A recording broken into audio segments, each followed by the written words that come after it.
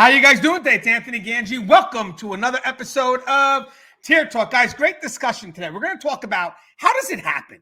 How does someone fall in love with an inmate? And guys, it happens. And me, Gary York, and Connie, Alleyne are going to discuss what we feel are some of the games that are played by the population to open up some level of vulnerability where people wind up falling in love with an inmate. Now, guys, this is nothing about minimizing accountability. We're not saying it's okay to fall in love with an inmate. If an inmate has played you, this person's purely a victim. No, there is a level of accountability, but we thought we could do a show to kind of show you how the game can be employed. And again, it's not an effort to minimize accountability or paint the staff member as purely a victim because they are responsible for their behaviors. But let's take a look and see how we think this could happen, because I think it's like part of a grooming process. So again, me, Gary York, and Connie are going to explore that. But real quick, let's get to the sponsors. First, we have American Military University. If you guys are looking to get a degree, seek higher education, please check out American Military University. They're very supportive of what we do in corrections, also very supportive of what we do here on Tier Talk. So again, looking to go to an online school, trust and believe, guys, American Military University, top notch, great choice. We also have Guardian RFID for inmate tracking and cell checks, the cloud-based business and artificial intelligence. Guardian RFID digitally transforms jails, prisons, and juvenile detention facilities of every size. Visit guardianrfid.com for more information. And guys, don't forget, check out their YouTube channel too. They have some good content on there as well. Shows you their technology, but also has some tips and stuff from us in the profession. And we also have Inmate Manipulation Decoded. It's a good book. It's out on the market. It is available on Amazon. So if you guys want to get a chance, please check it out. And we also have my most recent book, Lessons Learned While Working in a Prison, My Journey from Officer to Administration. Again, guys, this is a book filled with a lot of helpful tips, not just from me, but we also have different people from the profession, all walks of the profession, just contributing some really good, solid knowledge that will help you in your corrections career. And guys, this book is also available. It's out on the market, hardcover or softcover, and you can find the link to that in the description as well. And also on a side note, if things work out well, if you guys are near the Montana region sometime next year, you may see me, Connie, Gary Cornelius, William Young, Russ Hamilton. A bunch of us will be going out there speaking at a day event. Again, that's still in the works, but it looks like that's probably going to be happening. So I'm excited for that. So let's see. Let's bring on, we'll get Connie first. What's up, Connie? Hold on. I was making sure I unmuted myself before I was, you know what? It was weird because there was that awkward silence where I wanted to give you the I gotcha moment because it took you a while to unmute and I was thinking about it, but I just didn't want to start dialogue like with such negativity. That's wonderful. I appreciate that. Hi, everybody. Connie Alleyne. I am the founder and president of the Civilian Corrections Academy. I am also the author of The Cage Was Her Cocoon. Today's conversation, I'm looking forward to it. I think we always, feed off of each other and kind of our thoughts evolve along the way. I mean, certainly I'm glad we opened this up by saying we are not saying it's okay, right? So with that said, I'm looking forward to just jumping into the dialogue. All right, so guys, we did a great video yesterday. Connie gave us a really good tip for those working in medical, right? The pooling of the stethoscope. Great video, guys. Very good, informative video. Good tip for survival. Gary York did a video a while ago about putting your pens in your front pocket, how that could be a danger. So, and I just did that for a random plug for Gary's video, but I want to go back to Connie for a second. So Connie had to give us like a good picture, right? So, yeah. So, but by the way, the picture is great. It's working. But in order to be fair, I said, you know what?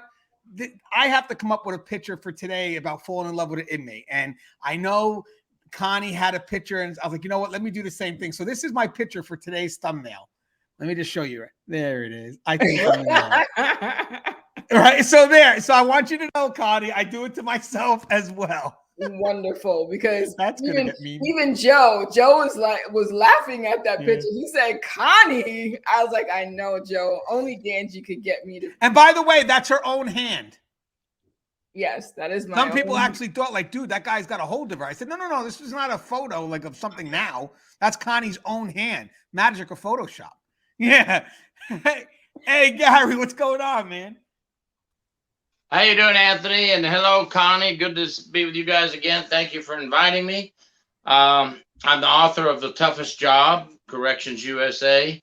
And I'm also have a YouTube called True Prison Stories. I do one video a week on true prison stories about many different things, the good, the bad, and the ugly of corrections. I'm retired with 28.8 years. Part of it was state corrections, and the last part was detention deputy with the sheriff's office. The topic tonight, absolutely very wrong to get involved with an inmate. So whatever we say tonight is not saying it's okay to get involved with an inmate, but there are many things that get people to fall into the inmate trap. Thank you, Anthony.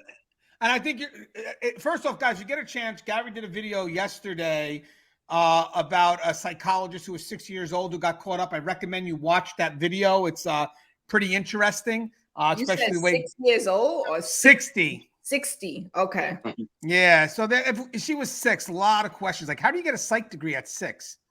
You know, I'm just trying to make sure. I'm like, what? Yeah, no, she was 60. At least from Gary's story, she was 60. But guys, the way Gary explains it is top notch. He had me and my wife kind of laughing a little bit because at one point she starts sharing her photos, and Gary's like, you inmates will offer commissary for time with that photo. So it was great because I think a honey bun or something like that was worth an hour. But if you want tobacco, you get the photo for the whole day. So there's just a lot of good bargaining going on there. But again, the consequences of falling in love with an inmate. Now, guys, this is actually beneficial for people that are getting caught up in the process. So the things that we're telling you are going to help you recognize it's happening. Because, guys, let's be honest, guys. Again, an inmate, if they're playing a game, so let's just say you're coming into this profession with good intent. That's the key. Because at the end of the day, if you're coming in just to have sex with inmate, this doesn't apply to you.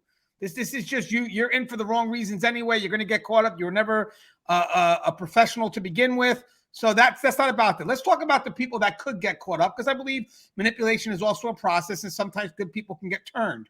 So what we're going to talk about now is the process of how this could happen, just in case it's happening to you. You could recognize the signs, because I'll be honest with you guys. When the process is occurring, the only person that could really see and understand things 100% with no question is the person it's happening to. Manipulation is a two-way street. For everyone else, it's a guess.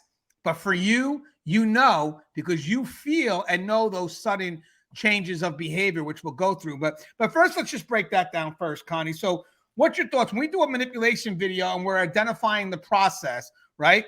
I think the person that can make the best use of the information is the person that has been targeted. Would you agree with that, Connie? For sure, because they may not even know that they're in the process. So as they're getting the information, hopefully they're reflecting on the information that they get and can kind of see themselves in what information that they're being presented with. So I think that as we talk about, the process, right? Because I think, look, how do you fall in love with an inmate, right? So I would have to start from the top, right? There is some mutual attraction, right? Because when you're talking about actual falling in love, the person is attracted to the inmate's attracted to the person. And I feel like there's had to be some sort of indication both ways, right? So some sort of reciprocal indication that there is an attraction and that the person is open to the possibility, right? And however the inmate establishes that, we know there's multiple ways that they attempt and figure out how to establish that there is some reciprocity there, right? And so as they establish that reciprocity, it's kind of taking it to the next step of finding the things that they have familiar or in common or similar to that person, and then building from there on. But I don't know if I answered your question specifically, but I want to make sure that I do. You kind of jumped ahead, which is fine. So what I want to do first is I'll go to Gary first and I'll go to Connie. But the first thing I want to talk about is in corrections right now, guys, we have more of environment that makes us interactive with the inmates a lot more than ever before. So the biggest concern we have first is proximity and frequency. Okay. Having said that, we are interacting a lot more. So there's the frequency aspect. And we're in control of how close we allow that inmate to get, believe it or not. That's in our control, but that's also the proximity. Inmates are going to look to gain ground closer and closer to you. You control that proximity. So that's the one defense, guys, that you got to keep up. You can't allow that inmate too close, whether emotional or physical. But guys, be mindful, proximity and frequency. Remember that. Now, what do you think about that when I say that, Gary? Proximity and frequency. Well, that's absolutely true, because corrections today is more and more. We're inside with the inmates now. We're not always in a separate officer station anymore. We're on one-on-ones a lot. We're on. We have civilian staff that are in counseling, sometimes as a group or sometimes alone with the inmates. But the staff members, whether they be uniformed or civilian, are in control, and they have to learn what signs. We talk about what signs to look for. Everybody has to know what signs to look for when an inmate is making you a target. And as Connie said earlier, there's times when you may be talking to an inmate and never even realize that that inmate is sizing you up, trying to dig for information, checking you out. And so you have to be, well, I go back to training. We have to train our staff on what to look for, and we do that. But you know what gets me sometimes is we're training in inmate manipulation. We're training in ethics. We're training in what to watch out for and reporting corruption. I don't know why it's not getting to everyone. Somebody's missing the boat somewhere, but when that happens, we just have to take action and do what we have to do. But, the inmates are always out listening to find out what your family life is like, sizing you up to see if your self-esteem is low, sizing you up to see if you're going through a divorce or having a bad relationship on the outside. I mean, there's so many multiple issues involved in falling in love with an inmate and not even realizing that it's happening. I want to mention something too, because you hit a couple of things here. So guys, real quick, kind of going back to the proximity and frequency. There are certain elements of the frequency aspect that we can't control. If I'm a unit officer, I got to see that inmate every day, but that's part of the professional role. But then there's times where you may be intentional with wanting to see that inmate. That's where the frequency now becomes in your control, because you're adding to wanting to see that inmate outside of your professional role, what it is that you're getting paid to do. For the proximity is definitely totally in our control, because again, physical space, always got to be mindful of where that inmate is in your space. I mean, there should be a level of space that kind of keeps that inmate in front of you and a good amount of feet away from you. You never want the inmate sided with you, because it's not a partnership here. This is more of when we have interactions, we're directly eye to eye with each other. And again, I'm not complacent in my behaviors. My hands are out of my pocket just in case anything that happens. Now, you got to monitor your behavior, because I will tell you something right now. The moment your guard's down, the inmate starts to move closer and closer to your area or within your space. And the other part of proximity is what Gary touched on, the emotional connection. If you're giving the inmate a chance to connect to you outside of your prescribed role, Connie even touched on it with finding a commonality that pulls you out of being an officer and that person out of being an inmate. And now we're connected on some false similarity. Yeah, we're both fathers, or father and mother, or both parents, let's say, or we're both fans of sports. Whatever it is, it doesn't relate to the professional role. So I want you guys to think about proximity as both emotional, again, being careful not to be pulled out of your prescribed role, and the physical distance. And again, guys, if you're complacent during those interactions with an inmate, which means I'm chatting with the inmate nonchalantly with my hands in my pocket, the inmate is going to inch a little bit closer, because the body language right now is allowing the inmate to do that. Believe it or not, guys, hands in the pocket, submissive gesture. But Connie, just to kind of elaborate the proximity, the frequency, I do believe that they're both within our control, especially with the frequency side. I mean, yes, I know we're in the unit. I know I got to supervise you. I know you're under my area of authority. But having said that, I need to know: am I looking for you because it's related to work, or am I looking to you because I want to be next to you? Or am I not setting boundaries, right? Like, am I allowing you to be in my space and I'm sending you messages or mixed signals because I'm not redirecting you, right? Because I think that's part of it too. I may not have said, I like you, but when you're in my space, I'm okay with it.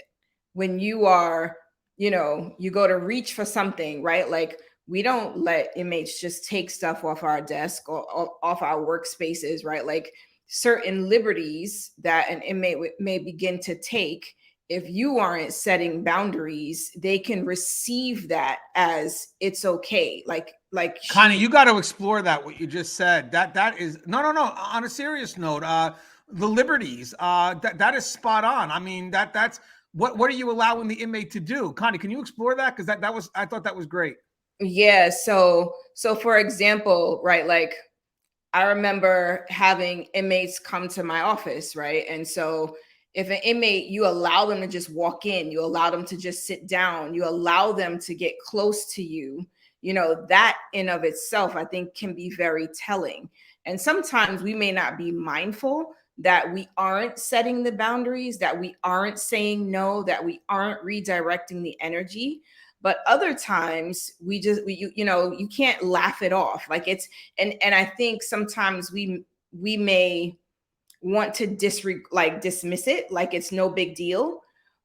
But like, I think we have to be truly aware that when we are allowing an inmate to do things as though they're our friends, or that there's a level of relationship between us, right? There's some familiarity there. Like, that sends a signal that I'm okay. I'm okay with you touching my belongings, right? I trust you that you're not going to take it, that you're not going to, use it as a weapon, that you're not going to do something that we know inmates will typically do that could cause us harm. So, Connie, let me ask a question. A couple of things you touched on. So I like when we said liberties, we talked about, basically things that we're allowing the inmate to do. Like, again, maybe allowing the inmate to ask you personal information, or allowing the inmate to break the rules. But then you also said something that was very powerful. You said trust. So when we afford these inmates these liberties, which include asking personal information or breaking the rules or whatever it is there some level of trust that's there when we afford the inmate those liberties? Because that's pretty spot on, I believe, right? Yeah, I mean, I can't, I would refuse to say that we're totally ignorant to an inmate who's getting personal with us, right? And so if we're answering those questions, we are giving the inmate the okay to continue to ask us personal questions. It's when we set the boundaries and stop them from asking personal questions that they then it kind of causes them to take a pause. But otherwise, like, oh, anything goes. She's okay with this exchange that we're having. Yeah, I think that, Connie, that was really. Hey, Gary, I got to ask your thoughts on that, because there's a lot there to unpack. What are liberties? You were an investigator. I mean, when you start looking at these things, do you see maybe like these little small acts of liberty, if you will, where the inmate was trying to get away with small things that the officer or the staff member kind of allowed, that kind of starts that level of trust between the two? Absolutely, and a lot of these liberties that Connie described. In the end of the investigation, when I would interview the male or the female officer who was involved with an inmate personally in a love relationship, and I'm talking about male staff with female inmates and female staff with male inmates, I would usually just go ahead and lay out these boundaries that were crossed. And what I mean by that is, I would have the picture the officer gave the inmate on the table. I would have the love letter that the inmate offered the staff member on the table. I would have a list from the inmate phone records right on the table, so that when the staff member came in and they sat down for their final interview with me, the first thing they would look at is all this all these boundaries they crossed, right? Would you This lady define right there. would you define all that as liberties? Yes, because listen to this. Number one, they allowed the inmate the liberty to give them a card, right? Now you've allowed the inmate to give you a card that says, "You're so beautiful, I had to draw a picture of you." If it's not tangible liberties, then you have other liberties like the inmate. Well, in the video I just did, the inmate always talked about my appearance. She allowed the inmate to make comments about how she looked, and she accepted those. Well, the boundary's been crossed, and she let that liberty go. What about when you are working and you let this inmate always do the cleanup and get the extra tray? That little thing right there, it's not little to me, because extra trays, that's a whole nother topic. It can cause you a lot of trouble. But allowing that inmate to always be your cleanup person for the officer station, and then you give them an extra tray, that is crossing the boundaries. There's so many boundaries you can cross. Standing and talking and laughing with the inmate.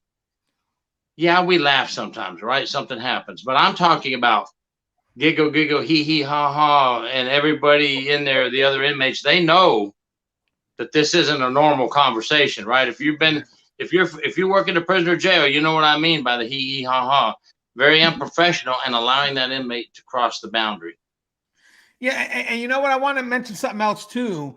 I think also the exchange of favors is also a concern, because sometimes you'll have inmates that will specifically make it known that I'm doing this only for you. It's like, no, I'm an officer. I'm giving you an order. You know, you're going to do it the way it needs to be done. It's like, no, I'm going to do you the favor. And then they kind of use that because they know that in the end, there's a feeling of obligation. And I always said this, because there's always going to be a need to alleviate that feeling of obligation. But when you have constant exchange of favors, I also feel that there's a level of trust being exchanged. You know, I'd like to start with Connie first and Gary on that, but the exchange of favors, I think that could equate to some level of building, not just trust, but a dependence on the other person, correct? Even though the staff member is being used, the inmate likes the fact that the staff member could be dependent on them, correct? Yeah, I mean, so here it is. I'm making you feel special, right? Like I'm sending you a message, whether I recognize that or not, that I'm allowing you to do this thing for me that I don't allow other inmates to do, right? Which separates you from everybody else, right? And the fact that I am now separating you from everybody else is sending a signal. Whether or not it's a big favor or a little favor, it's still a favor, right? So anything that I'm allowing you to do for me, which also means now I may be in debt to you for something, because this thing says exchange of favors. So what am I giving for the favor that you're doing for me? I think is a big question, because favors mean that, you know, I owe you one, right? And you know, I don't think any of us want to be in a position where we owe the inmate one. Yeah, I agree with that. And also, I want to mention something. So, guys, listen to this. I want to go backwards a little bit. When you enter this profession, you have to enter with a good purpose that is not really externally driven. And I'm going to get to that reason why. Like, I mean, to enter corrections and solely be defined by good pay. You know, I'm here because, you know, there's good pay. It's like, I think I get it. And I'm sure that's a good motivator. But when you're in this profession and games could be played, what helps us out a lot is if we're inspired for a greater calling, usually in an effort to serve others or the bigger picture. Like if someone says, hey, what's your purpose in corrections? My purpose is to provide some level of safety, whatever it is, but it's a higher level purpose that gives you a stronger foundation as opposed to a weak foundation. Like I'm only in it for the money. Because the question is that when inmates try to get you to shift your perspective, because it happens, your foundation is what matters to you because those are your core values. So like if an inmate's trying to play a game with me and I'm only in this profession for the money, that may not be strong enough when the game starts to get a little bit more advanced. And now I'm starting to fall trapped into whatever this inmate's trying to do. So we mentioned the word before, and I want to kick in this word. The key word is trust. Now, granted, I believe in order for this relationship of love to really develop, there's got to be some level of trust that the staff member's giving over to the inmate. Now, again, what is it that I'm trusting the inmate with? I'm trusting that you're not going to turn me in. I mean, to me, that's the big thing. I think that, I mean, there's a couple of things there, but the big thing is I trust that you're not going to turn me in. Now, think about the external incentive behind that, right? So if someone said, hey, Gangi, why don't you do anything wrong? Like, why would you not want to have sex with this inmate? A weak answer, believe it or not, is she's not worth losing my job over, or I make too much money to do something foolish, or, I'm not going to lose my family over some woman in this prison. Now, think about it. That sounds like it's strong at first, but it's not. Because the only reason why those consequences can happen is if that inmate says something. So now if the inmate minimizes the consequence by saying, don't worry, I won't tell anyone, and you're starting to build this trust with this inmate, those external incentives, they don't really help that much anymore, because your fear was really based on being told on. So now we build this trust. You're able to minimize the consequence. Like, I don't want to lose my job. Well, don't worry, Gangi, I'm not going to tell anybody. And believe it or not, don't worry, Gangi, I'm not going to tell anybody can apply to any one of those external incentives. Technically, like, I don't want to lose my job. I don't want to lose the money. I don't want to lose my family. Well, that's all dependent on this inmate keeping it to themselves. So if I start to build a trust with that inmate, and that inmate's able to minimize the consequences, that can open up the relationship, because the external incentive is being just not strong enough. I'll go with Gary first, but Gary, what's your thoughts on I'm going to do the right thing because I don't want to lose my job? I mean, is that really strong enough? Well, no. I mean, you should go into corrections with the mindset, I'm not here to do favors with the inmates. I'm here to do a job. I took an oath. I'm here to provide care, custody, and control, and treat everybody equally. I don't care. You know how we say we don't care, whatever their charge is, that we're not worried about it. We treat them all equally. Well, that's the way you should be with all inmates all the time. Treat them equally and fairly, and don't do favors, because every time you do a favor for an inmate, that inmate feels that you're trusting them more and more and more and more. They feel it. They know it. They say, oh, that officer trusts me. They even go back sometimes and tell their cellmate, you know, Officer so-and-so trusted me more and more every day. Today, he allowed me to do this, or she allowed me to do that, or she even said, man, I've been working out. Look at, you know, it goes both ways. Gave me a compliment on the way I look. Oh, now you're really digging a deep, deep, deep hole. So, no, you cannot go into corrections with that mindset of the only reason I'm not having that's what it sounds like, Anthony. The things you describe sound like this is what's really the officer saying. The only reason I'm not having an affair with that inmate is because I don't want to lose my job. Or the only reason I don't want to have an affair with that inmate is I don't want to lose my family. That's kind of what it sounds like in a way. Yes. Hold on, let me switch that. Yes, it is. So we actually had this discussion today. I spoke to Connie. I also spoke to Gary on this before. Is that I think the external incentives, because you're putting it out there, it's outside. That means it's reachable. The inmate can grab that. I think you're putting that in the control of the inmate to minimize. So if your focus is literally about those external consequences that come if you commit to this negative behavior, if you start building a trust with the inmate, which is time, it's gradual, but it could happen. Eventually, if you no longer see that inmate as an inmate, that level of trust now, you know, that inmate can literally sell you a whole bridge and you're going to buy it. But now the one thing about you losing your job in your mind, it starts to shift from, yeah, well, she's not worth losing my job, to this. It starts to shift to this. This is where it gets scary. She won't tell on me anyway, or he won't tell on me anyway. So now the consequences being minimized. What's your thoughts on Connie on that? Because there's a lot there to unpack. I know. Yeah, I mean, I think the first thing that came to mind as you guys were talking was, so the person has to be open to the situation to begin with, right? Like, and is there a possibility that the person is only giving these kind of weak consequences because they want the inmate to neutralize them, right? Like they want some sense of security, or they're looking for the okay, right? Because quite honestly, if you're not interested, you're not interested, and you don't owe anyone a justification, right? Like, I'm just not interested. But like, I feel that sometimes. Can you explore that? Sorry, So, man, that's another one. Like, you don't. So when you're not interested, you're not interested. Why would some people feel that if they're not interested, they would owe a justification? Because that's right, because interesting. that's the thing for me. Why do I feel like I owe any justification, right? And to me, it feels like, am I giving the justification because I'm trying to convince myself that I should not do this? Am I giving the justification because I want the inmate to know that I have a reason, right?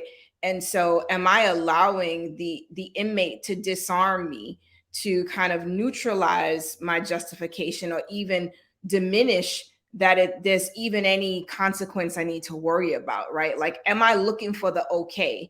And that's the thing that kind of you guys made me think about, right? Like, am I looking, like, because I'm interested, right? Like, because this conversation is not happening because I'm not interested, right? Like, the conversation is happening because there is some interest there. And if this inmate can convince me or somehow disarm all of my common sense, like, they're going to give me the okay to kind of take the step, right? And I feel like that's kind of something that we need to work through, because there has to be something in you that you're looking for. I don't want to say looking for it, right? Because there are times where you're not looking and you're just being targeted. So I take that back, right? There are times, but I also feel like you have to be open to it, right? Like, and somehow or another, that inmate has sensed your openness to the Well, Connie, I'll be honest with you. I kind of agree with something that you're saying about looking at it, because when you develop this relationship, I do believe part of it has to be intentional on the other person that's allowing for I like the word liberties, because like you and Gary said before, I mean, these liberties that you're allowing is what's getting you closer to that inmate. So I think to some extent you may not realize it, right? But I think you are intentionally looking for it. And I know it sounds weird because I'm saying you don't realize it, but you are intentionally looking for it. It makes sense. Yeah, I mean, so there could be something in you that's missing, right? Like, I'm missing that feeling of belonging. I'm missing that feeling of love. Whatever that thing internally that you haven't quite explored, or maybe you know it's there, but you don't realize that it's a vulnerability for you.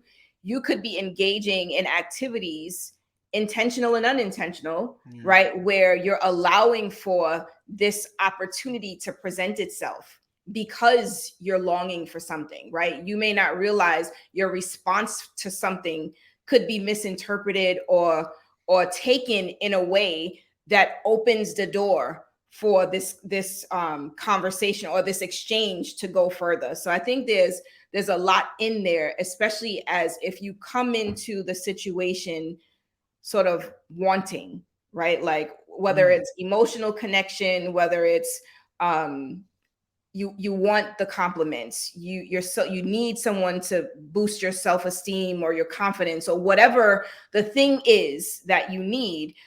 All you need is that one inmate who can identify that that's the thing you're longing for. Well, you know what, you kind of a great question to ask yourself is, in your own head, am I intentional with trying to increase my frequency and my proximity with this inmate? Right? I mean, those are two good questions to ask yourself, right? I mean, did I have to see this inmate today about this topic when that really had nothing to do with the job? Or when I was chatting with the inmate, you know, was he sitting next to me as opposed to being across from me? And what was the questions that we were talking about? Why was I on the other end of answering questions? And what did I just? So again, you know, it's frequency and proximity, but again, those liberties that we have to check ourselves on. And I saw Gary was agreeing with a lot that you were saying. What's your thoughts on that, Gary? Because I saw you agreeing with Connie.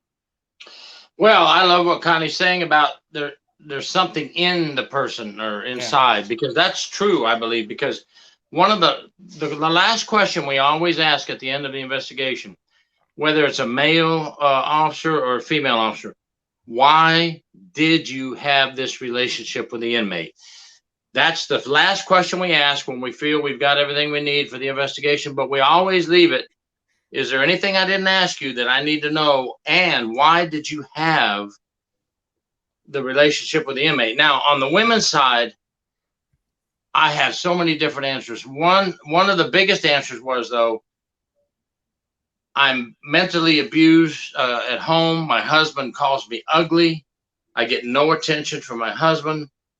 My marriage is bad. I'm going through a divorce.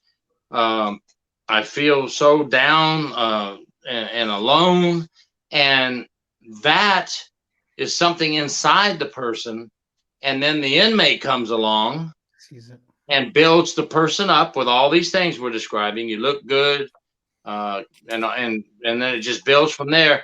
So now a human being, okay, yes, I know inmate, right? But a human being, another human being is now acknowledging that I'm beautiful and I have a worth, and they let themselves slip away into the trap and then fall in love with the inmate or lust or whatever you want to call it. On the male side, I think it's a little different.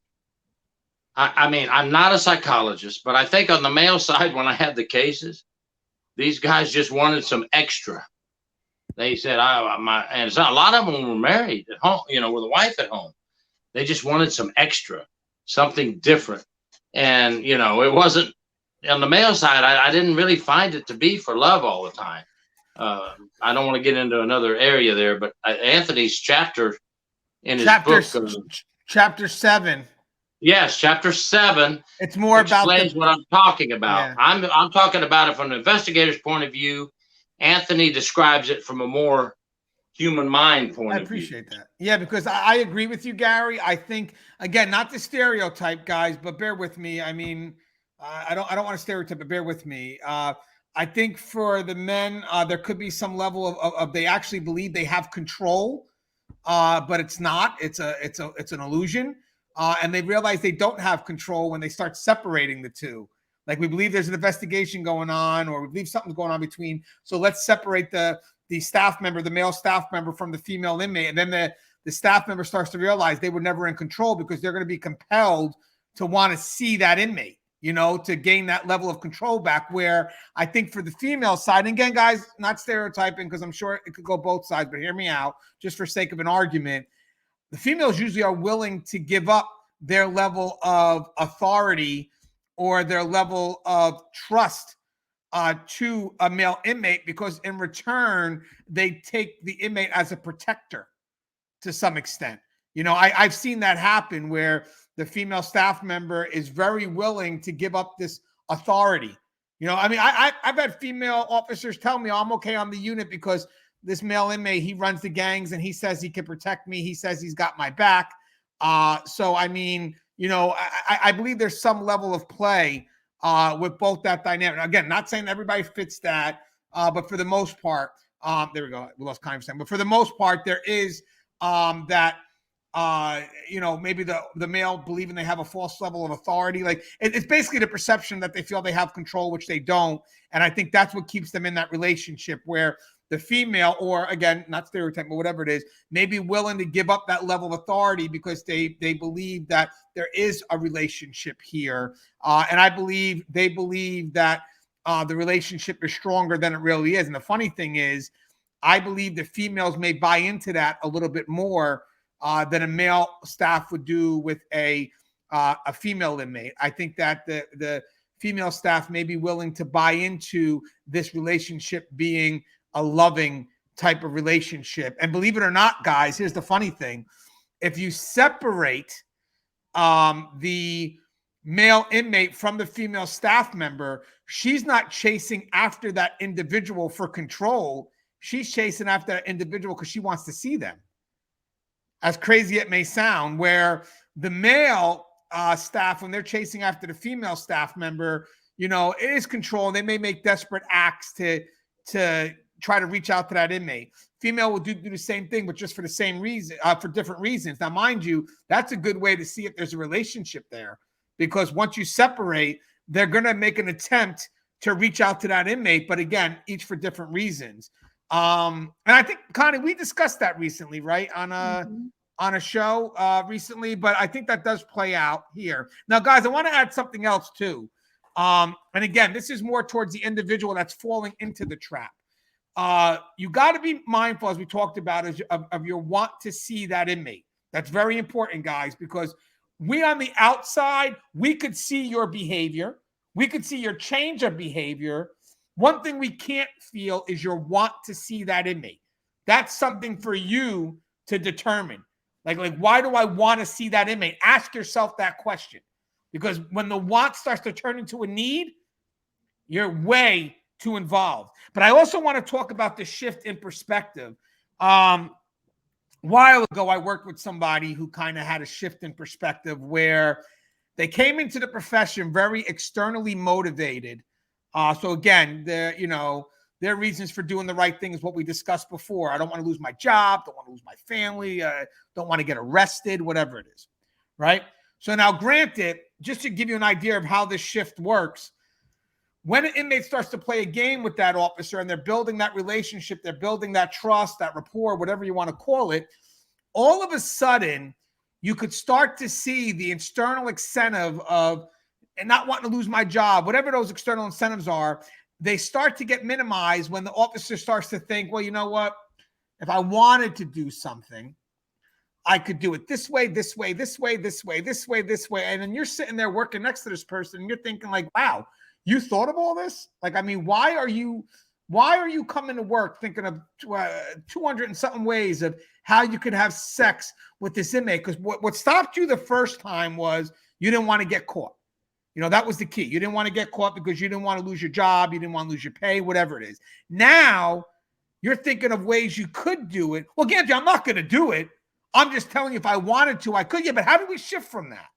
Like, how do we go from this external incentive of you not wanting to do it to now thinking of possibilities? I mean, somewhere along the line, you've been thinking about having sex or some relationship with this inmate. I mean, you got it down to when your supervisor's tour. I mean, that's a lot going on in your head right now for me just to think that you're not overly involved with that inmate, because that's a lot of, if to me, and I'll go with Connie first, if you have someone spending most of their day thinking of, as an officer or as a staff member, thinking of ways they can have sex or develop a relationship with an inmate without getting caught, and they want to laugh it off like, yeah, but I'm just thinking about it. I mean, wouldn't your first question, or a good honest question, be, why are you spending half your day thinking about how not to get caught having sex with this inmate?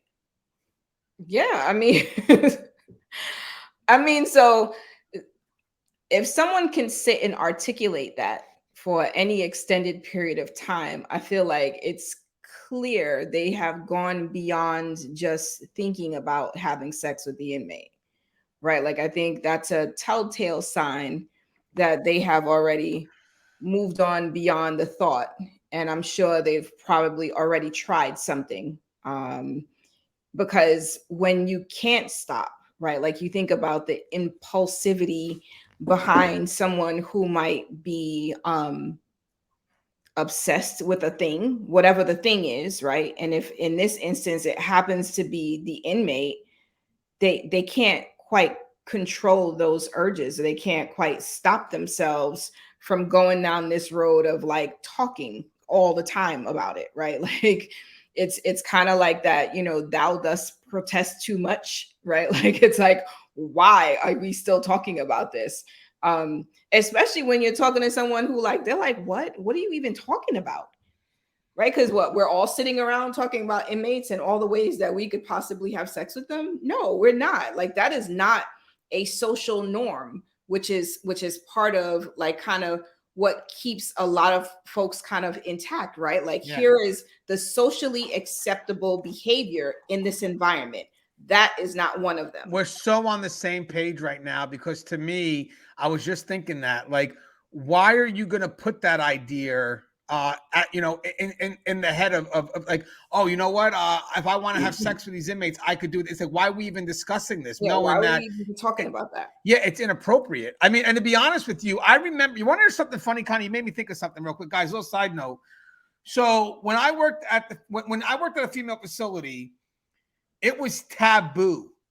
It was taboo to ever talk about having sex with any of these female inmates. It was taboo. You did not say it. You did not speak it. And if someone did, you nipped it in the ass. Now, the funny thing is when you get transferred to a male facility, the officers may come up and say, man, you didn't get laid by any of those inmates in there. And it's like, whoa. But now, by the way, because I worked at a female facility in my background, it's always been taboo. It's always been taboo. But for people that never work at a female facility, it's not taboo for them. That's why we always very wary of people that have started their career at a male facility and transferred into a female facility. Because here's the funny thing. Some of them on the outside have a lighter perspective of what that really means. Like if you never worked in a female, if you never worked at a female facility, you know, again, people may joke about having sex with inmates, sad to say, but you know, they could. I'm not speaking for everybody, just hear me out. You know, but they don't see the seriousness behind it. When you work at a female facility or a different gender, let's just say, but in my case, in my experience, you don't discuss it. You don't talk about it. It's just not something that you want put in your head because you don't want that game being played. So you avoid the topic and you stay focused on what my job is. And my job is A, B, C, D. Now, when you get someone that has come in from, let's say, a male, because that's where they started their career, and they come into a female facility, that taboo may not be as heavy at first because they could be used to people that are joking about it. You know what I mean? And they don't realize, like, guys, I've seen people getting taken down, and I'm not beat to have this dialogue. So I think it's good to always check the people that are coming in saying, hey, I know you came from a male facility, but just be wary of, you know, these type of discussions here because we don't have it. Now, by the way, maybe that could play out both ways. I don't know. I just know from my experience at the female facility. I don't know if you have a lot of female officers at female facilities joking around with male staff or whatever, saying, man, I don't know how you work at a male facility because I'd be having sex with everyone. I just don't think a female may bring that up, but I know men's dialogue could be a little bit more unique. Bear with me, guys. I mean, I know, but I listen, I'm putting it out there because I know there's people here that know exactly what I mean. You're working at a male facility, they talk about that, you know, but they never worked at a female facility. So you see the people that work at the females, like for me, I started my career at a female facility. Even when I was at a male facility, it was taboo to discuss joke. We didn't joke like that. Like we just never joked like that. But hey, Guy, what's your thoughts on that real quick? Was that unique? Well, I'll tell you, if you're talking at all, or if you're thinking at all about, I can't wait till tomorrow to go to work so I can see inmate so-and-so, you are so far across the line, in my opinion, that you've got several options here before you get caught and either terminated or terminated and criminally charged. You can just go on in the next day and resign and go home, which a lot of people don't want to hear that because we're short staffed. But if you're involved with an inmate, we don't want you at the facility. And there's another reason for that, because it creates a lot of danger for the other officers. That's a whole nother topic. The second thing you could do is go in and ask for help. If you're talking to a staff member about, I could do this with the inmate or I could do that, the other staff member needs to be aware that they need to get a hold of you. I don't know if that's called a silent cry for help. It could be. And that other staff member, I would say, hey, did you just tell me that you could have sex with inmate Jones if you wanted to? Why are you telling me this? Yeah. We need to talk and try to set them straight. And I'm going to tell you, people hate that word, go tell a supervisor, but you've got some real serious issues going on now, something that you might not be able to handle just officer to officer. And you know, there's a lot of risks and dangers these relationships cause in the facility.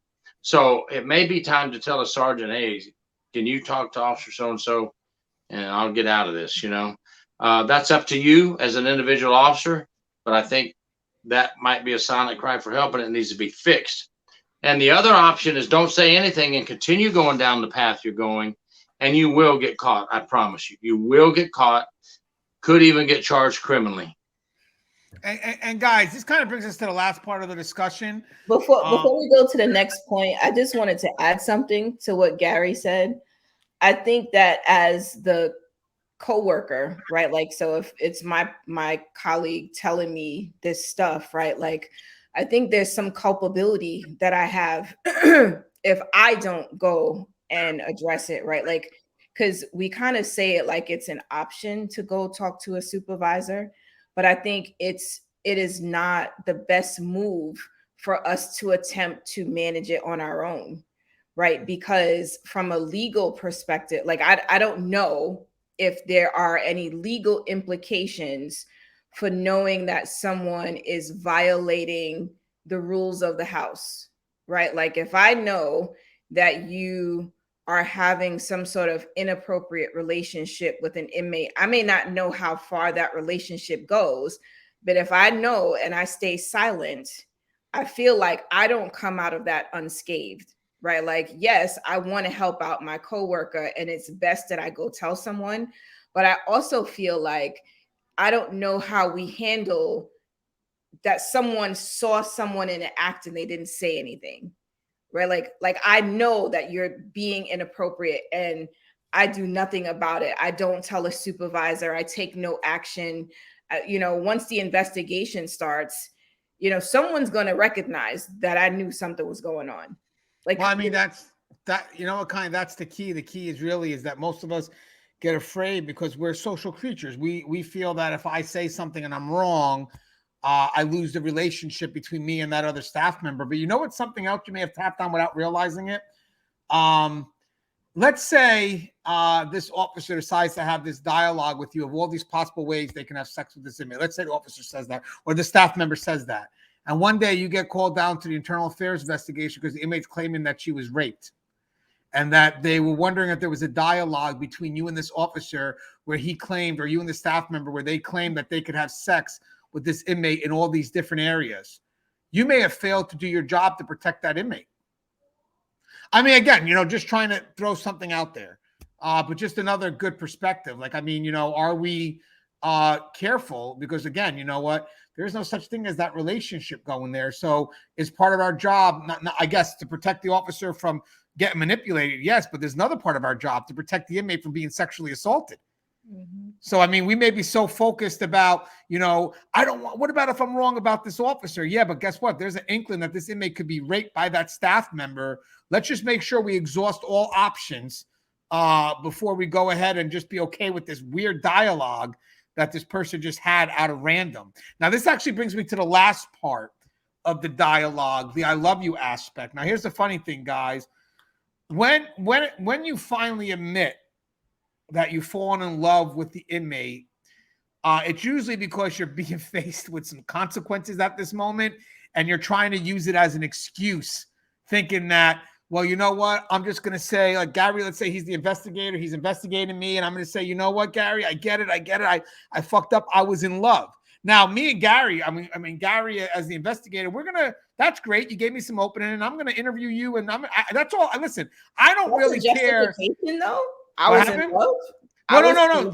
I've seen it where the person, well, I'll have Gary comment. Let me just open up something real quick. There's so much evidence in front of them, they can't deny it. So what they hope to do is they push on the feeling as if now will be acceptable because I'm in love. We're both humans. It's bound to happen. But the problem is, here's where the concern is. One thing is now it becomes an excuse because you've been caught. But the problem is, and I know as an investigator, here's what I'd be looking at is you were in love. You allowed this to happen. The course of so many things happened before you finally admitted that you were in love. So you're talking about the process. So when you admit that you're in love, that doesn't negate what you've done during the process. That's really what you're being held responsible for, because I've seen it where an officer will come in and say, you know what? I can't work here. I can't work around females, or I can't work around men, whatever the case may be. This isn't for me. I'll give this person mad respect. I'll do what I can. Sorry, they made the job. They didn't do anything foolish. They got ahead of it. And boom, they're out, but then you get some people that just get caught up in the process. And the reason why they don't want to say anything is because they know that they've already done things that were wrong. So they go into CYA mode. And then finally, when they get caught, they're quick to say, because now all the evidence is in front of them, they're done, but they're quick to use as their final excuse, because they have nothing else going on. They're going to say, I was in love with that person. They made me feel good, because they're hoping that someone connects to the human element. And it's like, well, this could happen to anyone. And that's not the case. I think that there's an intentional effort on both parties to pursue this relationship. But Gary, have you had people that admitted feelings maybe as a last resort and hoping that you be empathetic and lenient? Well, absolutely. I've had them say, I love the inmate, and no matter what happens with this investigation, we are going to see each other again when he or she gets out of prison, because I love this inmate and I really care for this inmate. Some are very blatant. You know, the psychologist assistant in the video I did yesterday, she told the investigators, even though she's facing criminal charges, she says, well, I'm going to see this inmate again. I'm going to try to visit him. And if I can't visit him, I'm going to see him when he gets out. We are not done, this inmate and I. Some of them are very blatant about it, and others are using the emotion thing. You know, I'm having a terrible life at home, which is no excuse to go to the prison and have a relationship with the inmate, but they're trying to get you to feel sorry for them. Well, you poor thing. You know, you having a poor home life, you're going through a divorce, or your husband is mentally abusive, and this inmate is so good to you, and that's the only reason you did this. Well, blah, blah, blah. Okay, that's not what we do in corrections. You don't have relationship with inmates. I know it sounds hard, but I don't, you know, I've done my job. I've done my investigation. You're out of here. Don't do it, folks. And no excuse. You can't give any excuse in the world that's going to change the line you have crossed and what you have done. Yeah. And Gary, I want to ask Connie something too on that. Connie, so you see kind of how love is like a feeling, and then eventually later on it becomes an excuse when they get caught up to some extent, because I know that happens. I know that at the end of the investigation, when they finally have nowhere to go, that's their last ditch effort, because again, there's nowhere else I can go with it. You got all the evidence in front of you. You know, we've been in a relationship. So my last ditch effort is I was in love, and it becomes an excuse. Where I like what Gary said, there's also another element where they're so defined by this relationship that they don't care about the consequences anymore. And it's like, well, I'm in love, I'm going to be with him anyway, so it is what it is. I mean, I guess you get both sides of the extreme, where it's an excuse. Please forgive me. I know I did something wrong, but I was in love. Or I'm anti-authority. Fuck you anyway. They're number one. And at this point here, I have no care for the agency anyway. As you could tell, I love this inmate. And I've seen both ways, guys. I've seen people that actually felt remorse, even though you had to pull it out of them. They felt some level, like I knew I was wrong and I got caught up and whatever it is. And whether they're trying to be empathetic or not, you know, it's one approach. But the other approach is, when this person developed that relationship with the inmate, the level of trust that went to custody or went to their peers is now shifted towards the inmate. So everything else is secondary. So the extreme side of that would be, I don't care. Like I'm in love with the inmate anyway. I don't care. I was never loyal to this profession anyway. So either way, you know, I don't care. I don't, because to be honest with you, I think the remorse, to some level, there's some levels of guilt, even though they've been committing to something wrong the whole time. You'll see people that eventually, when shit hits the fan, they're embarrassed. They're afraid to show their face. And then there's others that they walk out with their head held high. You know, they walk out with their fucking head held high. You know why? Because their loyalty shifted. They're just happy that, you know, they're still loyal to this inmate who they fell in love with. They're no longer loyal to us. So some people may be a little divided on where that loyalty is, and maybe that's a good way to showcase the powers of the game that was being played, because, you know, this person's conflicted on where that loyalty is. But then there's some where they're not conflicted. At the end of the day, screw it. I got caught, but that's my boo, and we're going to Bonnie and Clyde this motherfucker. Sorry. That was pretty good, though. I kind of, damn. But Connie, what's your thoughts on that shift of loyalty? Yeah, you like that? I don't know where the hell that came from. I remember, guys, I lived in Patterson for quite some time. Oh, geez. I was just waiting for you guys to talk about, I mean, I went through a process of having a staff person say, You know, love releases the hormones, and all they were emotionally compromised, which is why they were making such poor decisions. Um, just the combination of hormones that are released in your body when you fall in love, and every time they came into the facility, they were overwhelmed with them. And yeah, you see your face. That's the face I couldn't make in the midst of the hearing, right? Like you got to keep a straight face, right? And so, the reality is that when there is that shift and folks have kind of gone over to the other side, there really isn't much convincing anyone can do, because now they are in love, and they're this need and this longing, whatever that emptiness that they may have been feeling, is now being met, right? So they're okay taking the L, like, okay, I'll lose my job, I'll go work someplace else, but at the end of the day, I'm going to still maintain this relationship with this inmate. Right. I mean, and quite frankly, the inmate probably knows way more about this person than we realize that they know. And so them being fired today really isn't a big deal. The inmate knows how to get in contact with that person and probably has done it many times before, but I think, yes, that loyalty shift is a big one. And I don't know how we could ever come back from that. Well, let me ask one last question before we go, and I'll start with Gary on this. And then Connie. I don't think this is an easy question to answer, but it just came to my mind when I was listening to what Connie said. So if you can't answer it, you don't have to. But I'm just curious. Do you think the love that they have developed, or could be one side, whatever it is, let's just go from the staff member's perspective, the love that they may have developed, do you think it's real or superficial? Go ahead, Gary. Well, I'll tell you. We had a lieutenant who used to say every bad thing about inmates that he could think of. He started a relationship with a female inmate, got caught, got terminated. They got married, and they're still married today. This is several years past. So, and we had another one at a jail. I guess I would have to say that in some of the instances, they end up living happily ever after, if that's what the right words are for getting out and getting married. I don't know, how their relationship's going, but they're married.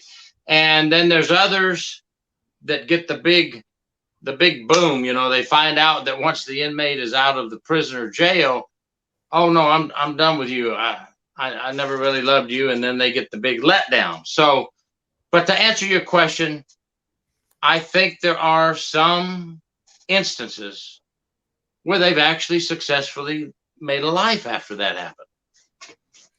What's your thoughts on that, Connie?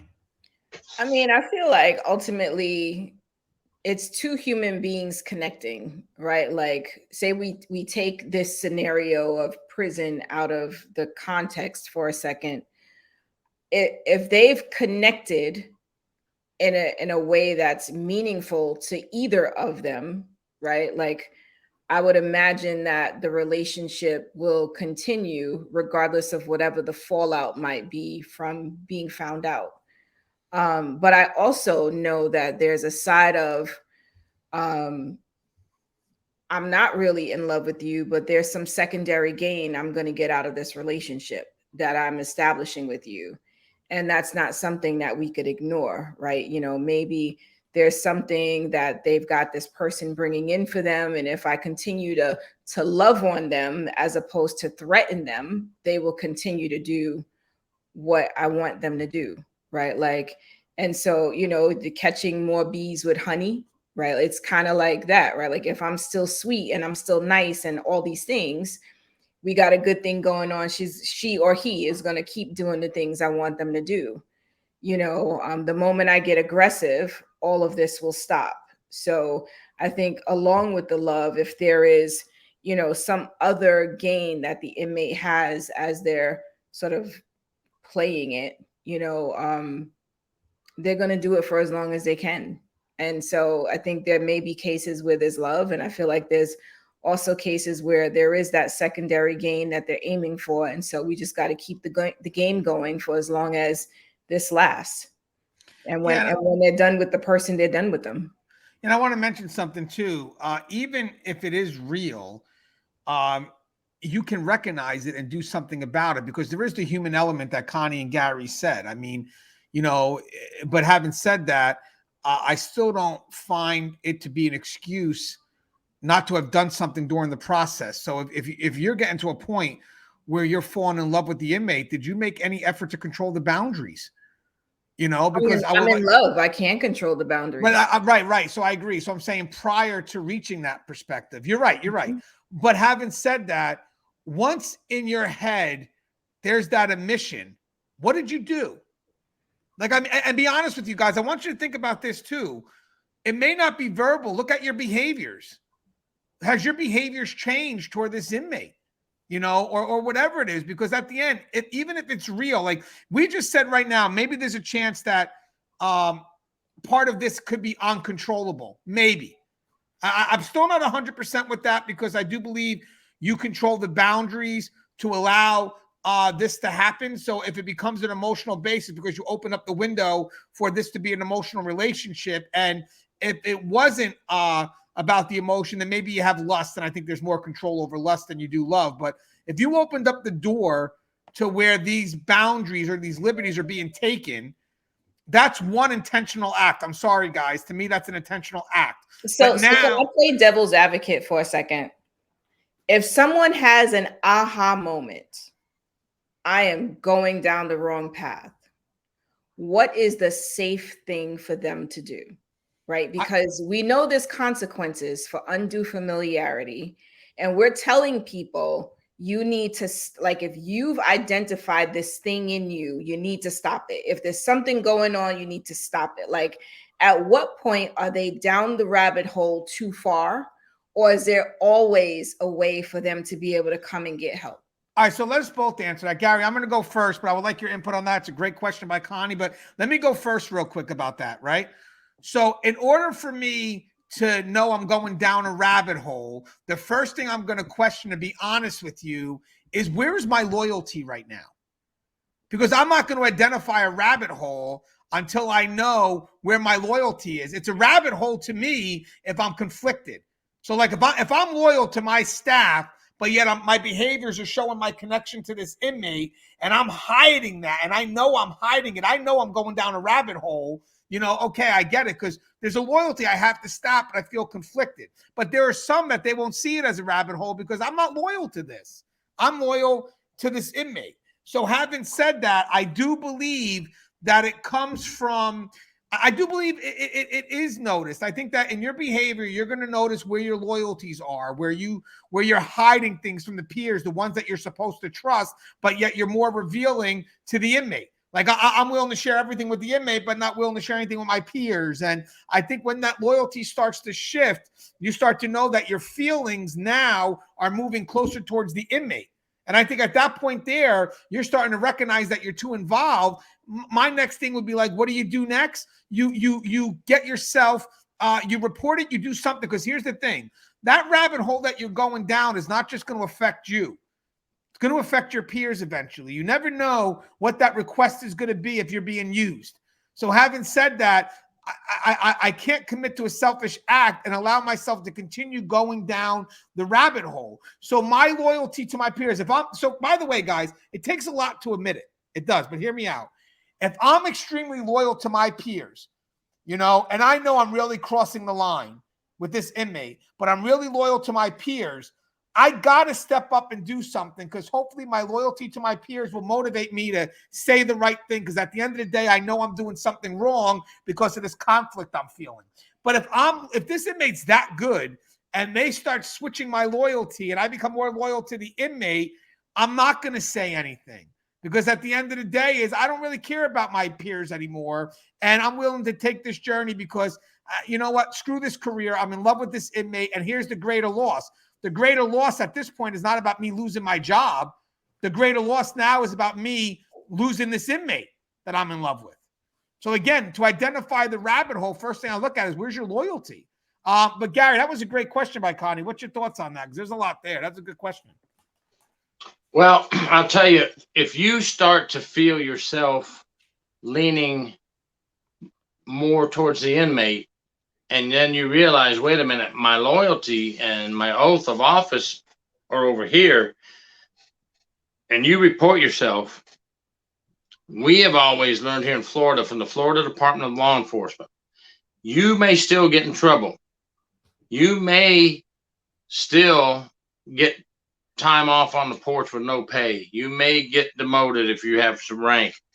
But Florida Department of Law Enforcement says we look at the truth. We have more people lose their certifications for being untruthful and not coming forward than we do the people that are truthful and come forward. Now, with that said, though, how far down the rabbit hole did you go? Yeah, that's a good question. If that inmate has evidence that you brought them a cell phone, that you've been bringing them meals, that you brought them alcohol, you had sex with them, or they've been in touch with one of your relatives, and that's how they're communicating to you at night, calling your relative and then doing a three-way.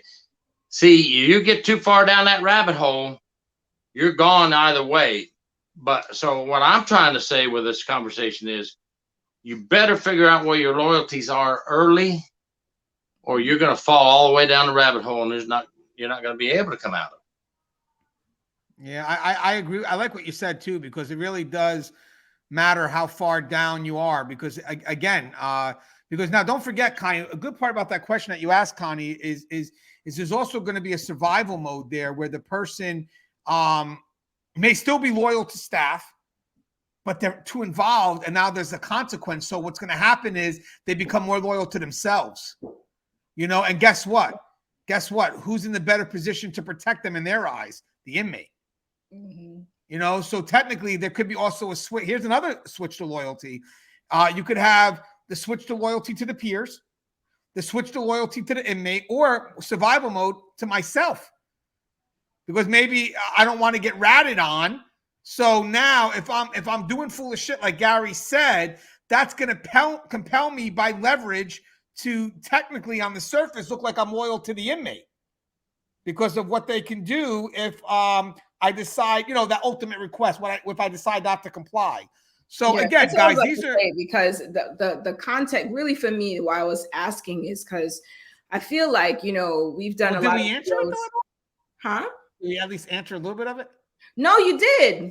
Like I felt like so whoever's watching, right? Like if someone's watching and they're in it, right? Like how do we help them get out of it, right? Like, and so I think it's clear you don't come out without any consequences, but there is a way out, right? Like you can still come forward before it goes too far, right? Admitting fault is the only way at that point.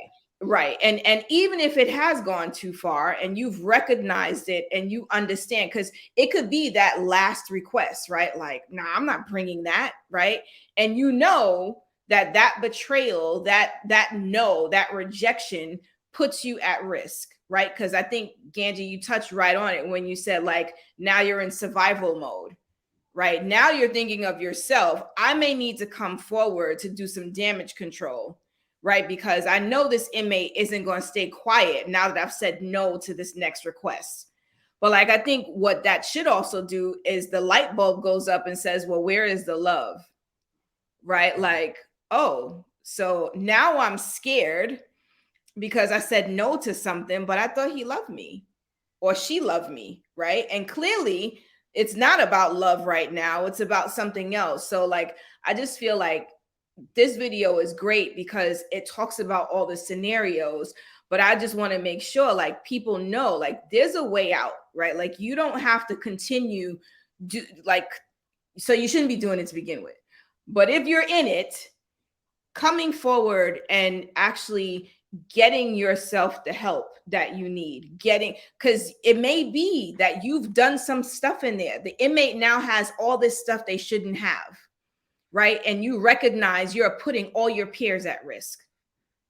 Right. Like there's still going to be a consequence, but to come forward and stop whatever that is that you probably had hands in would be really important right now. Well, Connie, what you said is true because the way out is going to be selfless. You know, people will seek for a selfish way out, but at this point, you're too down the rabbit hole. So you're going to have to make the selfless effort because, again, what you're doing is going to affect the people you're working with. So this may be the first time you step out during this whole relationship bullshit to do that selfless effort. No, but it's true, right? I mean, at this point, relationship bullshit. yeah. Well, you know what I mean. Like, you know, it's true because having said that, I have to do something selfless now. But you want to hear something funny? This is a selfless effort, right? That relates to a selfish process. Because the seeking of this relationship or whatever it was definitely selfish to begin with.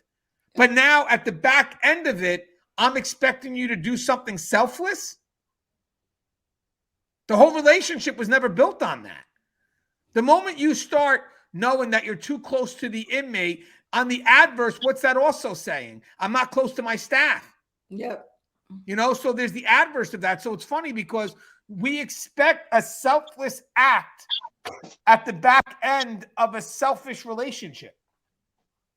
And is that fair to say, guys? I mean, would you consider? Well, I would say that at any point, to go with what Connie's saying, I know what she's saying. I talked about the two different: catch it early or catch it late and go all the way down the rabbit hole. But there's some things to consider. If you come clean at any point, real early on, administratively, you may be able to be saved and you may not. Okay.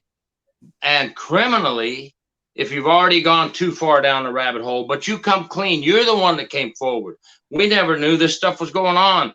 And you came forward when your attorney, your defense attorney, if it's criminal, works for the state attorney, you know, there's things that can help you. The state attorney can say, well, Your Honor, he or she did come forward. They reported themselves. It goes a long way early on, and it can go a long way later on. So I think I understand, Connie.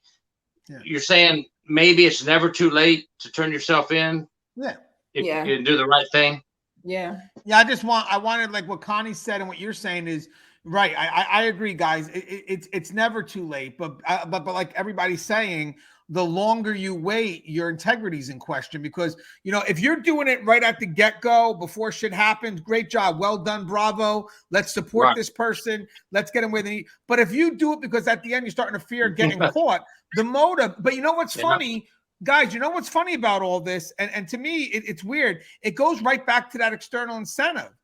I got to say something or I'm going to lose my job or I'm going to go or more at this point, to be honest with you, it may be more towards it all circles back, but at this point, it may be more towards I'm going to go to jail or I'm going to get arrested. So, guys, it's definitely a great dialogue. Hey, Gary, you have anything you'd like to say in closing? I just want to say to all the officers out there and civilian staff, thank you for your service and dedication, and please stay safe.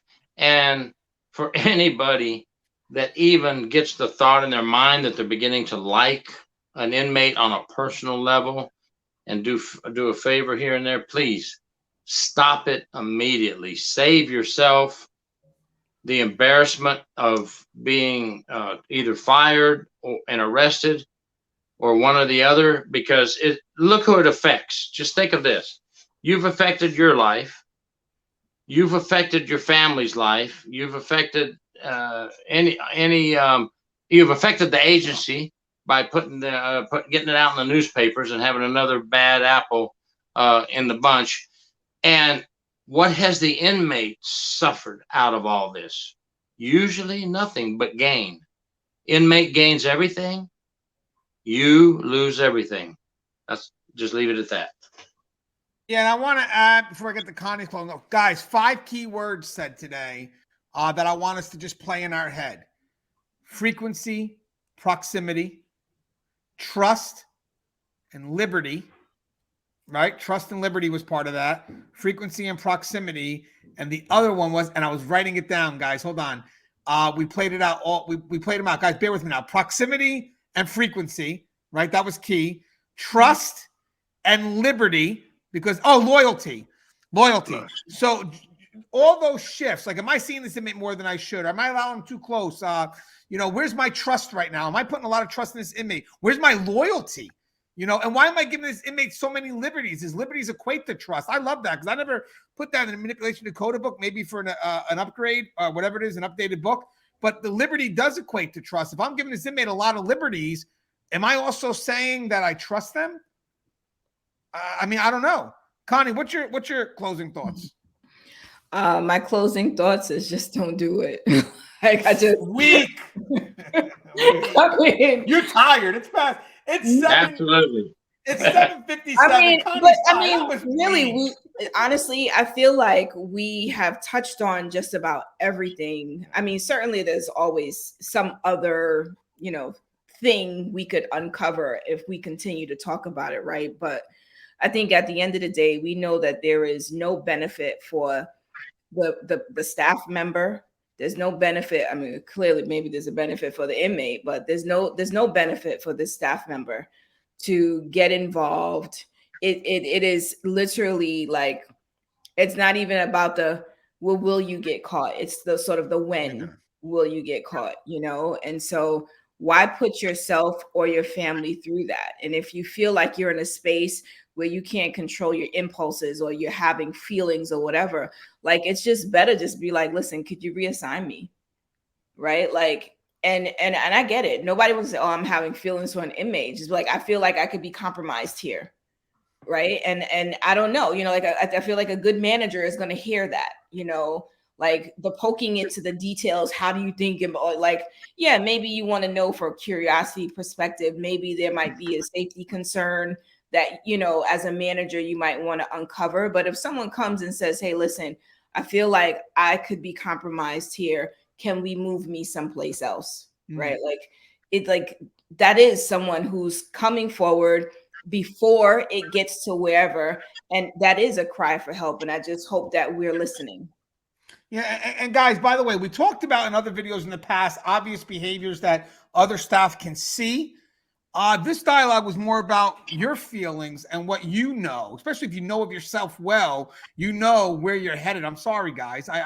I find it hard to believe that you don't know you're catching feelings for someone. There's signs there, the need to see the person, and again, that's where things do start to become intentional. Your feelings will bring out intentionality. I'm sorry, but I agree with that. So again, this video is really putting onus on the individual who's being manipulated, because manipulation is a two-way street. It can only happen if you allow it to happen. So again, if you're acting on these feelings, then it does become intentional. Then you're allowing for this relationship to grow. And when you come at the end and you think you could use that excuse that you love the inmate. Yeah, maybe that was great if you had told me 6 months ago. It's not great when I have all this evidence in front of me and now there's nothing I can do to help you. Yeah. We're all human. It's bound to happen. I get it. But having said that, you telling me at the back end of hoping you're not going to get caught with the consequences, that's bullshit. That's cowardly. The moment you knew you were getting too close, your loyalty starts to switch. That's when you say something, because your actions at that point, they could be a threat to the people that are trusting you. Think about one more thing, guys. You start getting too close to this inmate, and then you have staff that trust you. They share things with you that you're now going to share with this as pillow talk. No, am I wrong? And Guy, that's the one thing that you're not. I didn't even think about pillow talk. Because listen, that's contraband that we can't check for at the front door. If someone has personal information about somebody in their head, how do I check for that in the lobby? We can't. That's information that's going to get into that facility. So here you are, you're getting too close with this inmate, and how do I know that? I don't know you're close to them, and we're sharing shit about our lives, and you're giggling with this inmate about shit that's personal about me now. So it's not even so much about you giving up your own personal information, but shit, we were hanging out yesterday. You met my family, so now you could be giving out my information, because I could picture, hey, what did you do yesterday? And all this other talk. Oh, I was with Gary, or I was with Gangi, and I was hanging out with Gary's family. Gary owns a farm, and we were spending time at the farm. So all these, what you feel may be selfish choices, it becomes selfish when you don't do the right thing and check yourself at the very beginning. Because at the end, I don't feel sorry for you because you're only saying something now to minimize the consequence. Integrity comes, like what you guys said before, at the beginning. Like, I don't know if I'm going to get caught, but fuck this. I'm going to go ahead and report myself because I'm definitely too involved with this inmate, as opposed to the back end where, oh my God, they have all this stuff on me, and now I better say something now because I'm pretty much going to get caught. Nah, that's not integrity. That's snitching on yourself in a hope that you can get ahead of the consequences. As always, guys, the show is Tear Talk. If you haven't, please subscribe, interact, engage, comment, hit that bell. Bell's going to notify you every time I post a video. Stay safe.